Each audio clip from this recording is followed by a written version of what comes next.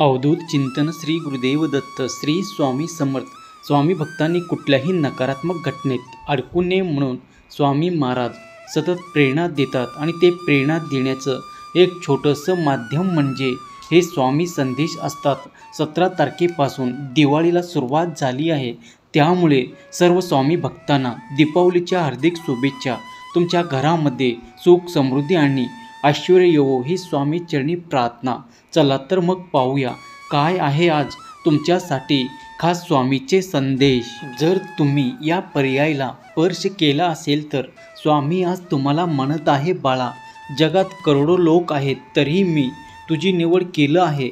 आमचा भक्त म्हणून मला तुझ्याकडून खूप अपेक्षासुद्धा आहेत, जे करोडो लोक पूर्ण करू शकत नाही. फक्त गोष्टीचे कारणाने शोधत आहे ते परिणाम स्वीकार कर आणि आवडते ते करण्यापेक्षा सध्या तू जे करत आहे त्यामध्ये आवड निर्माण कर, कारण त्यातच तुला यश मिळणार आहे. आणि टेन्शन घ्यायचं नाही, फक्त स्वतःशी प्रामाणिक राहून जगायचं. काही कमी पडत नाही आणि फरक तर अजिबात पडत नाही, कारण नशीब कधी बदलेल हे आता सांगता येत नाही. मला माहीत आहे तुझी माणसं तुझ्या विरोधात गेलेत, पण तू खचून जाऊ नकोस. मी तुझ्या पाठीशी आहे. हेही दिवस सरतील, विश्वास ठेव माझ्यावर.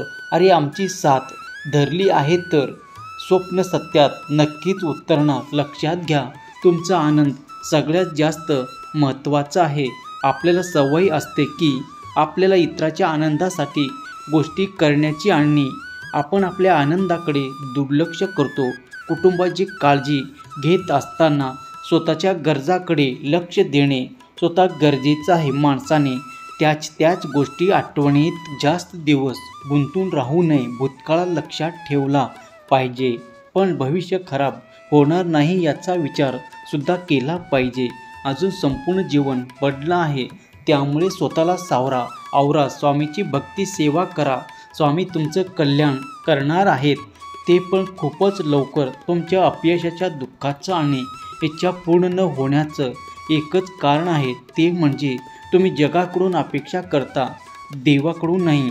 आयुष्यात कधीच निराश होऊ नका, कारण काय माहीत उद्याचा दिवस तो दिवस असेल त्या दिवसाची तुम्ही आतुरतेने वाट पाहत आहात. बाळा, जर तुला माझ्याकडे फळाची अपेक्षा असेल तर सर्वप्रथम त्यासाठी तू किती कष्ट केले, किती प्रयत्न केले, किती सेवा केला याचं आत्मपरीक्षण कर व तुझे उत्तर तुला भेटेल.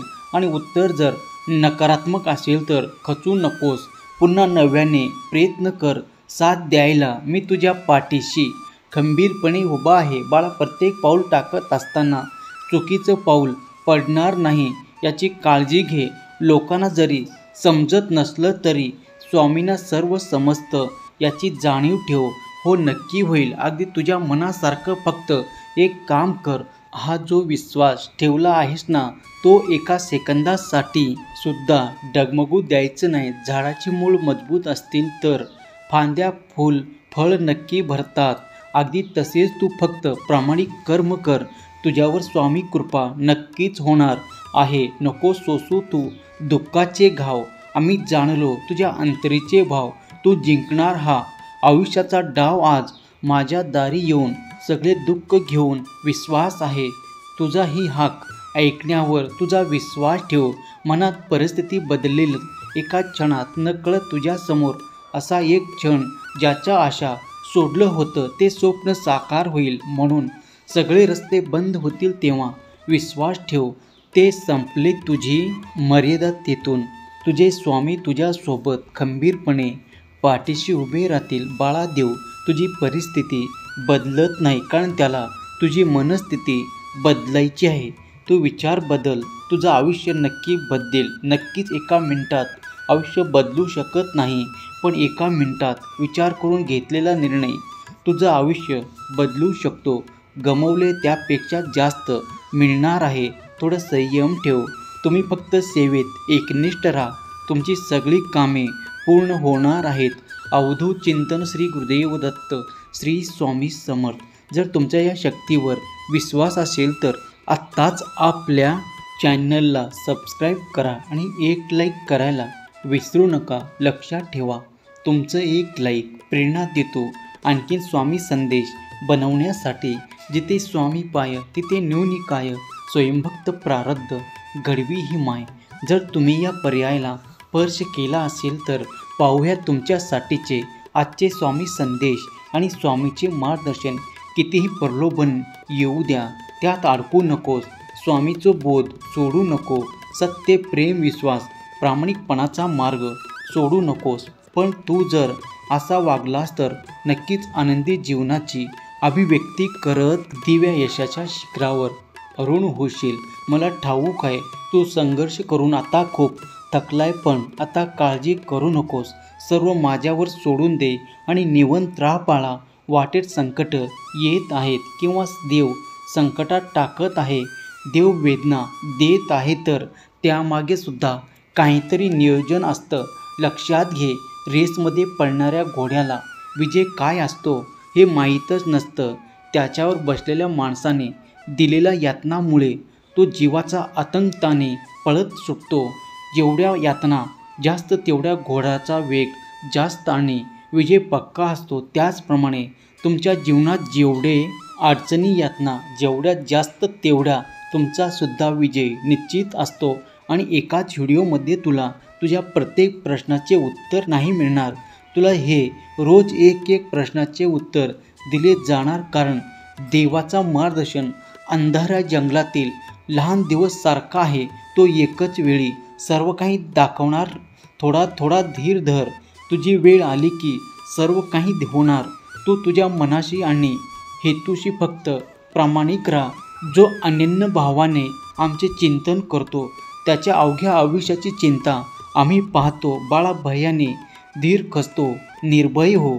आम्ही तुझ्या पाठीशी खंबीरपणे उभे आहेत. जे घडते ते नक्कीच तुझ्या मनाप्रमाणे नाही, पण विश्वास ठेवून यातूनच तुझ्यासाठी खूप काही नवीन असं घडणार आहे. या जगात वावरताना नेहमी लक्षात ठेव, या जगात दुःख वाटून घेणारे कमी आणि गैरफायदा घेणारे जास्त लोक राहतात. म्हणून प्रमाणापेक्षा जास्त सुख आणि प्रमाणापेक्षा जास्त दुःख कधीच कोणाला व्यक्त करू नका, कारण लोक सुखाला नजर लावतात आणि दुःखावर मीठ चोळतात.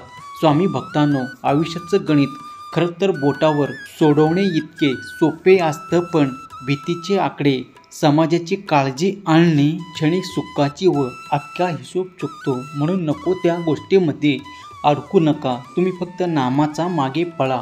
इथल्या गोष्टी तुमच्या मागे पळतील. संयम ठेवा, मेहनत करा. तुमच्या नशिबातल्या गोष्टी तुम्हालाच मिळणार आहे, दुसऱ्यांना कोणाला नाही. एकदा हारलात म्हणून प्रयत्न करायचे सोडायचे नसतात. चुकीच्या दिशेला वेगाने जाण्यापेक्षा योग्य दिशेला हळूहळू जाणं कधीही चांगलं असतं. शारीरिक थकव्यापेक्षा मानसिक थकवा हा खूप त्रासदायक असतो, कारण शारीरिक थकवा हा काही वेळेस आराम केल्याने जातो, पण मानसिक थकवा निरंतर मनाला त्रास देत असतो. म्हणून परिस्थिती बदलली की आपली मनस्थिती बदला. गुरु शिष्याला म्हणाला, गुरुदेव, एका व्यक्तीने आश्रमाला काय भेट दिली आहे? गुरु म्हणाले, बरं झालं दूध प्यायला मिळालं. एका आठवड्यानंतर शिष्य गुरुला पुन्हा सांगितलं, ज्याने गाय दिली होती तो व्यक्ती गाय परत घेऊन गेला. गुरु म्हणाले, बरं झालं.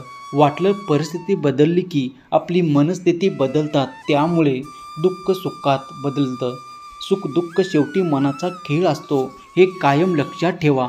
आता यापुढे तुझ्या आयुष्यात तुला वेगळा मार्ग दाखवेल तिथे कोणीही नाही, म्हणून घाबरून जाऊ नकोस. गर्दीच्या मागे धावून काही होणार नाही. आपल्या चांगल्या भविष्यासाठी काही कठीण निर्णय घ्यावे लागतील. सगळे तेच करतात म्हणून तू सुद्धा तेच करावं असं नाही. तुझं पुढचं आयुष्य खूप वेगळं आहे. तुझं भविष्य खूप मोठा आणि सुंदर आणि सोनेरी आहे. त्यासाठी तुला आज एक निर्णय घ्यायचा आहे. तो निर्णय घे आणि आयुष्यात पुढे हो. तुझे सुंदर भविष्य तुझी वाट पाहत आहे. अवधूत चिंतन. श्री गुरुदेव दत्त. श्री स्वामी समर्थ. जर तुमच्या या शक्तीवर विश्वास असेल तर आत्ताच आपल्या चॅनलला सबस्क्राईब करा आणि एक लाईक करायला विसरू नका. लक्षात ठेवा, तुमचं एक लाईक प्रेरणा देतो आणखीन स्वामी संदेश बनवण्यासाठी. जिथे स्वामी पाय तिथे न्यूनी काय, स्वयंभक्त प्रारब्ध घडवी ही माय.